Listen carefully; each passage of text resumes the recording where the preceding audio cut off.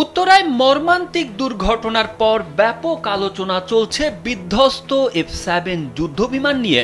Soviet আমলের মিগ-21 যুদ্ধবিমানের আদলে এই বিমানটি তৈরি করে চীনা company Chengdu aircraft corporation (CSC). বিমানটি বর্তমানে Bangladesh, Pakistan, Iran, Myanmar, Namibia, Nigeria, উত্তর কোরিয়া, শ্রীলঙ্কা, সুদান, তানজানিয়া এবং জিম্বাবুয়ের মতো কিছু দেশ ব্যবহার করছে। আধুনিক যুদ্ধবিমানের তুলনায় খরচ কম আর রক্ষণাবেক্ষণ সহজ হওয়ায় তৃতীয় বিশ্বের উন্নয়নশীল দেশগুলোর কাছে জনপ্রিয় F-7 সিরিজের বিমান। যুদ্ধবিমান ও বিমানের যন্ত্রাংশের নকশা প্রণয়ন এবং উৎপাদনকারী CSC তৈরি F-7 BGI মূলত বহুমুখী অভিযান ও উন্নত প্রশিক্ষণে সক্ষম একটি হালকা যুদ্ধবিমান।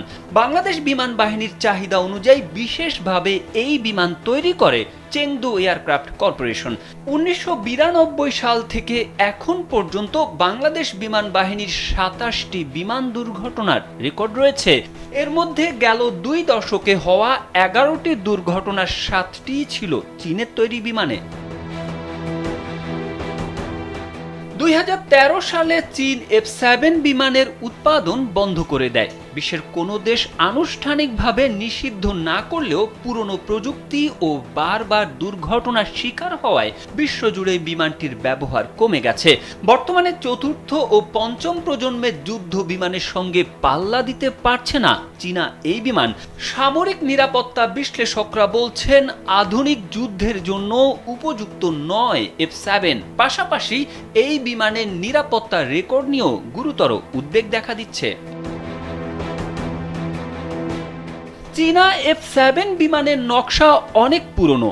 আধুনিক যুদ্ধ বিমানের মতো এই যুদ্ধ বিমানে উন্নত radar, data link, electronic warfare system কিংবা দূরপাল্লার ক্ষেপণাস্ত্রের সক্ষমতা নেই।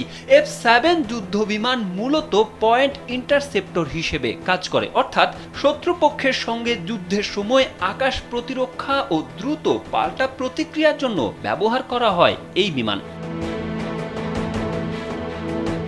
তারেক আহমেদ, কালবেলা।